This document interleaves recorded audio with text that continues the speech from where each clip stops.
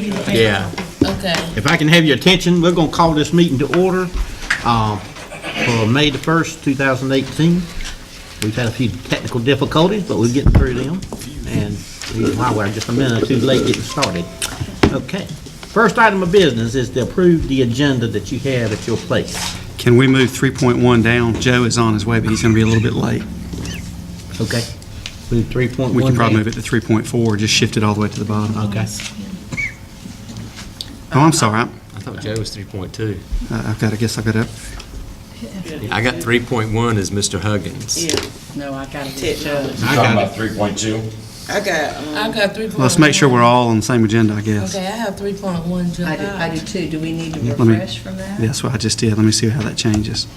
Technologies first. I got them. Yeah, I've got Joe as 3.1. Okay, I'll In fact, refresh. I don't Maybe have it's Paul on there mine. at all. I'll tell He's you. down to Oh, 3.3. It's coming up. Technical. This was the last one that I printed. It was me. I had Owen. I have Joe 3.1. I move, regardless of whether it's 3.1 or .2, that we approve his change and approve the agenda. Thank you, ma'am. Appreciate it. Got a second. Any further discussion? Seeing none. All in favor of this motion, say aye. Aye. All opposed, motion passes. All right. We have an agenda. All right, Mr. Paul, we're gonna let you come on, get your here. Yes, sir. All right. Y'all. Yes, sir. Thank you for hearing me today. I just want to bring you up to date on our website and our ADA compliance issues. Due to our American Disabilities Act that was passed, we had some compliance issues last year with our website, and we began to analyze our website and our digital footprint to discover where those were at. And some of the issues that we were having, there are two levels of ADA compliance, level A and level AA. We had a lot of issues in A and many issues in AA. A is like, to give some examples, every image on a website must have a description on it. For people who cannot see it, they would have a reader that would go over and tell them, this is a picture of a football team at Washington High School. So every picture has to have a tag. Every PDF document has to be a tabbable, not a copy. You can't run a copy through a scanner and then put it up on a website, because it would come out as a blank for a person that had a disability like that. Audio and video items must have descriptions. There must be a logical way our website is set up. It must be accessible by keyboard for people who don't use a mouse and can't use one. Everything must have labels, and it must be tabbable. Those are item one, item A.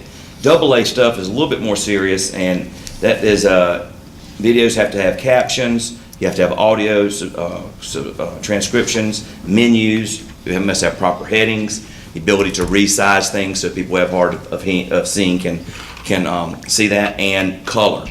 Color is for people that are colorblind or have color issues. They have a inverter that they can flip colors around until they can see it. So our websites have to be accessible to any color inversion that would happen on that. So when you have a website with like wacky colors like pink or something like that, that would show up as an invisible color to a person. We would get hit on an ADA violation. So what we did was most of these errors were of non-compliance were with our old website. And when we switched over, many of these issues in November, some followed us and carried over with us. And we were working real good with our web host, who corrected a lot of them. There were a lot of them in code.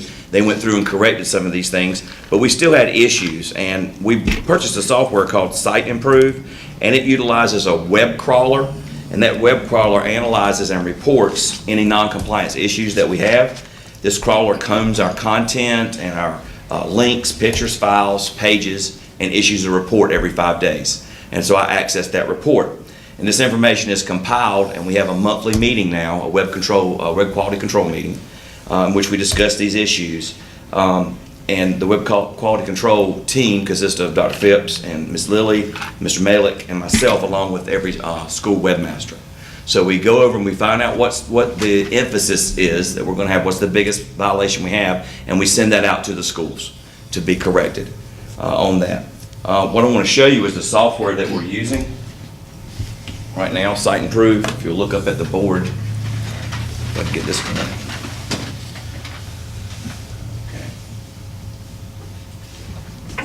And we get a scale here of what we're doing each month. Now these are not, it's not a grade. It's where we fall in the engineering standard. If you look at the digital certainty index, that is our digital footprint, how we're reaching people in the area. That's more for businesses and advertising than for us as a nonprofit. But the quality assurance is and the accessibility are the two things that we look at. The standard for the quality assurance is sitting down here at 78 for the industry standard for education. If I can get it to stay there. There we go. And so this consists of broken links, pages that don't exist anymore, spelling errors, things like that. We have a really good handle on that. It was down in the 60s when we started on that. Now the accessibility, this is not our number, that's not a grade.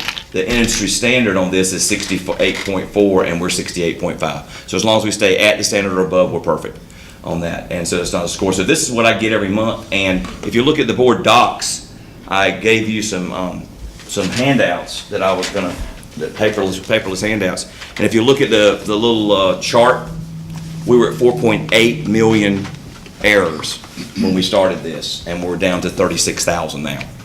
So we have, if you look at that chart, it just dives during the month of October, November when we started to work on this. And we've kept it pretty consistent. If you'll look at the next page, the spreadsheet, you will see that level A and level AA violations were 4.8 million and 38,000. And if you go all the way to the bottom where they're sitting at as of this morning,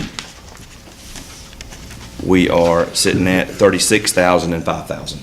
So we have corrected a lot of these errors out of the hundreds and hundreds of web pages we have, and each of those pages have thousands upon thousands of things that could be wrong on each one of them. And our teachers and staff are adding pages every day.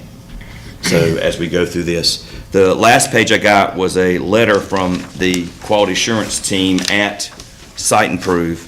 I wanted them to send me a letter so I could share with you what we have improved on with our site and the issues that we have corrected.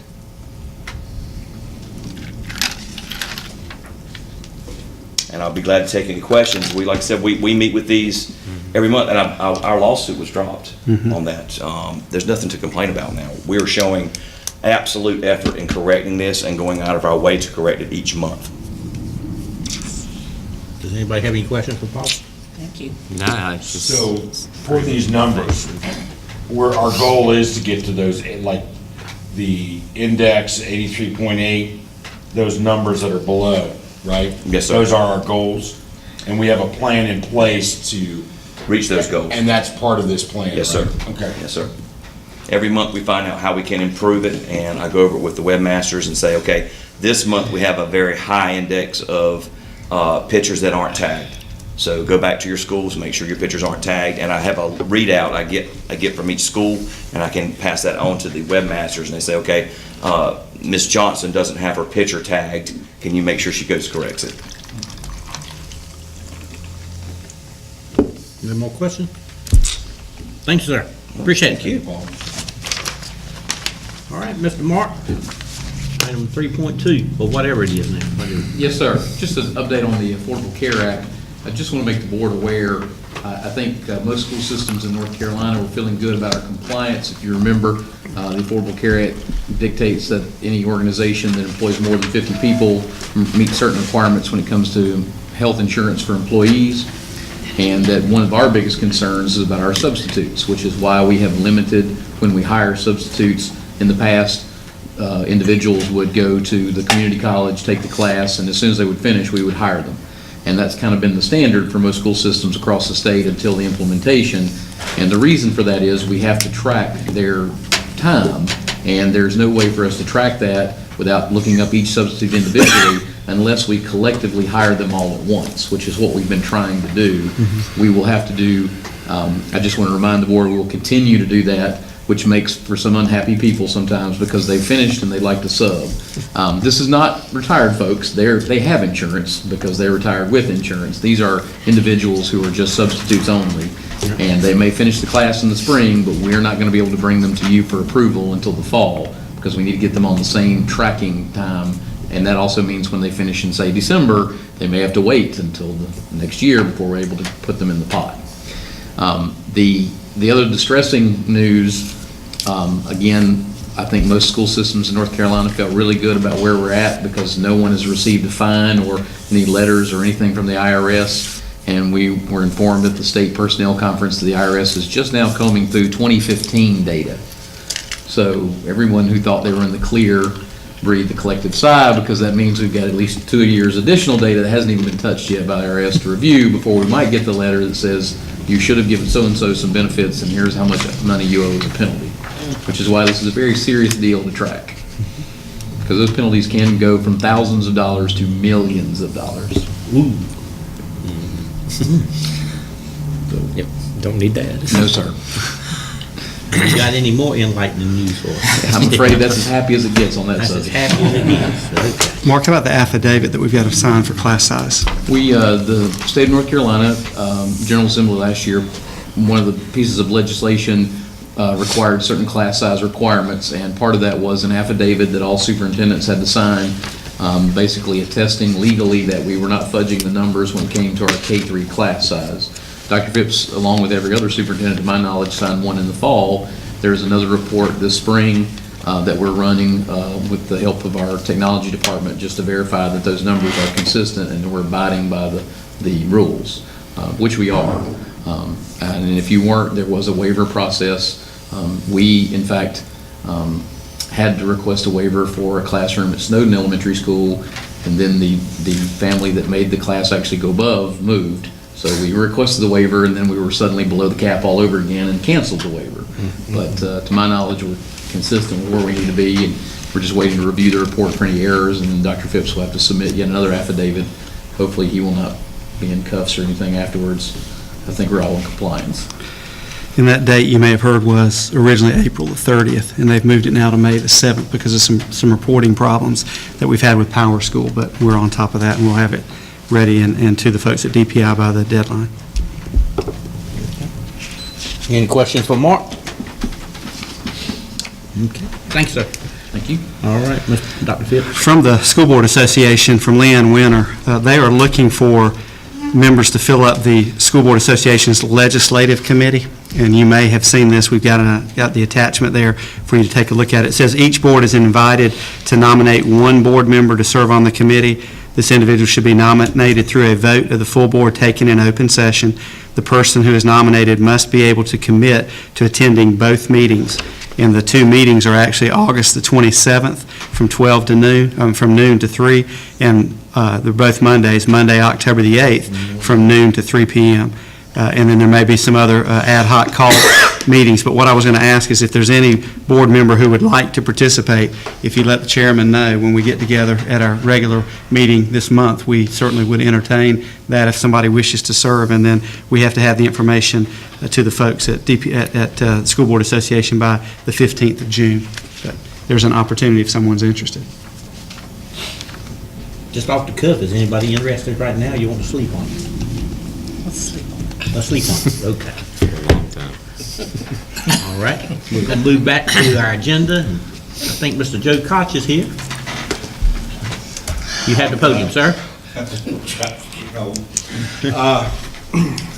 I'm here asking the board to readdress or revisit sixth grade participation at the request of Miss Nixon from P.S. Jones.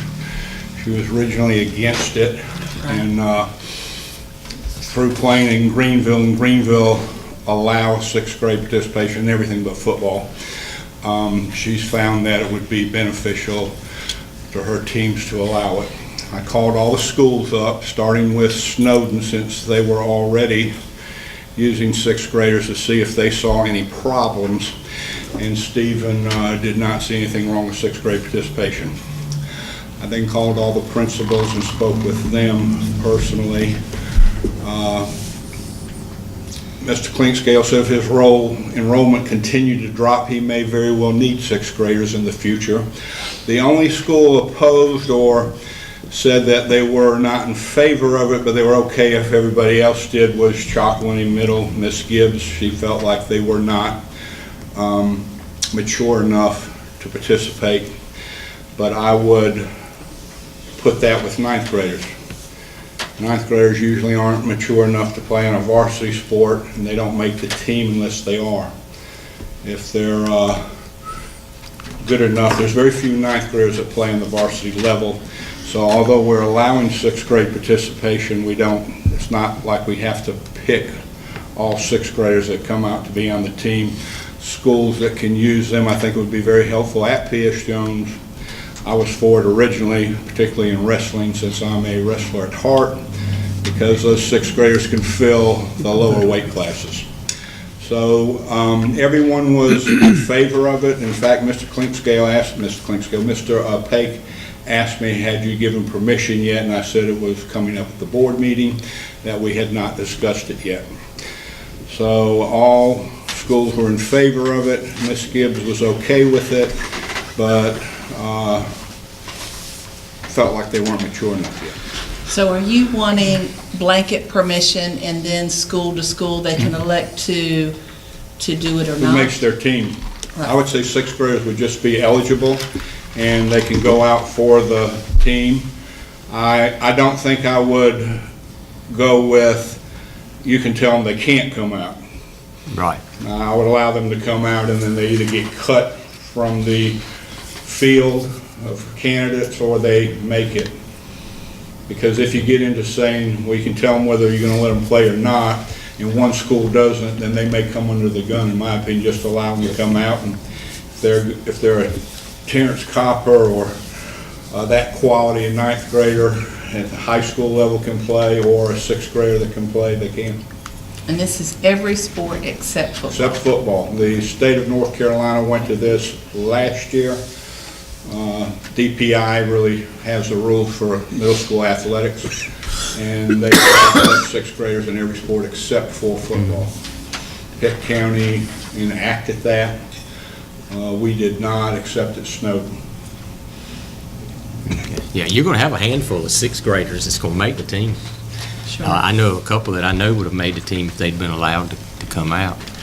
But, yeah, I agree with you what you're saying. So, to be clear, not football, but same rules for all schools. Right. You go out, you make the team. You go through the same process. You make it or you don't make it. But everybody has the same shot across the county. Yes. I guess That's the way I'd like this. Everybody get the same fair chance. But I understand if your chances of a sixth grader making it over eighth grader shouldn't be that high. But there's a few out there that will. Yeah. But they got the same chance. So everybody's being fair with everybody. I don't want to force something on Ms. Gibbs at all, but are we putting her in a position where she must allow it even though she doesn't want it enacted at her school? Do you know what I'm saying? Yeah. By us saying everybody's allowed, but she doesn't want it, yet her sixth graders may choose to go out, and if they make it, are we putting Ms. Gibbs in? I need more than they're not mature enough. I don't want Right. that. They had, There's some sixth graders that would be a lot more mature than other sixth Well, graders. with all the travel sports, but so many of the sports the they kids are had on. two of her coaches that were much in favor of sixth graders. I was getting ready to say, it's maybe her feelings, but that's not a feeling of her athletic department. What do you think, It's a John? blanket statement, I and don't I'm- want to put Ms. Gibbs in a bad Yeah. situation, but I don't want to penalize her Well, sixth grade. I think you create a big problem if you have schools doing different things No. across the county. I'd like to see us try it and revisit again at the end of next year, and if we decide to continue, we can, And this is a no action item, so. no we- action tonight. So We we're want not to gonna do it present it to anyway. you and then kind of get the idea out, and then come back on the 15th of this month to ask for a vote on it. Yeah, well, I'm good as long as everybody's treated the same across the county. I don't want to go school to school. There are so many travel can't do sports that. and so You many of can't do those. I don't even think you would want to do that. You'll be opening them up. I don't even think you want to tackle that. Yeah, you don't. When you're holding football off, which is probably the biggest concern that people would have I get over the that. size differences, so. Yeah, I get that. Any other questions for Judge? Sixth graders, Jan McRoy's. Thank you, sir. It'll be on our regular monthly meeting for June. Which is the 15th of May. Yeah, it's coming right up. Does that give you time to That gives them speak? another to- Right, I just wanted to get it done now so that they could do the concussion testing before school's out, get the physical, the paperwork and forms out to the, because the earliest sport to start middle school is football, and that's 5 days before school starts. The other ones don't start till the first day of it. Now, how many fall sports would have, other than football, which doesn't play into this, how many other fall sports would have summer conditioning? Any of them could. I don't think many middle schools have any type of summer workout. So if they don't Mostly really have because- tryouts until the fall, we're okay. No, they haven't got that license yet. Right. Until they get the license, mom and dad has to take them, and you don't, number one, middle school athletes cannot go to the high school school when the high school students are present, or in the weight room and whatnot. Coach can let them lift, 8th grader lift by themselves when no one else is around, but they can't come over there. And the middle school coaches, I don't know of any that work students in the summertime. Oh, okay. Okay. All right. You'll be on the agenda on the May 15th. Thank you. Yes, sir. Thank you. All right. I now need a motion to go into closed session, please. I move that we go into closed session pursuant to General Statute 143-318.11A. 1, to prevent disclosure of confidential personnel files under General Statute 115C-321. Okay. All right, got a motion and a second. All in favor of this motion, say aye. Aye. All opposed? Motion passes.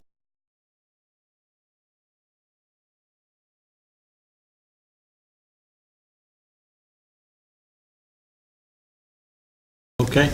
All right, we're back in open session. I will entertain a motion to accept the personnel agenda that was presented. So moved. Second. Got a motion and a second. All in favor of this motion, say aye. Aye. All opposed? Motion passes. Okay. All right, going down to the calendar. You have two copies of calendars. One is the May and June 2018 calendar for the board, and it includes the transportation banquet on the 10th. The next board meeting for the month is going to be on the 15th. Then we have retirement banquet, and then we go into the June meetings.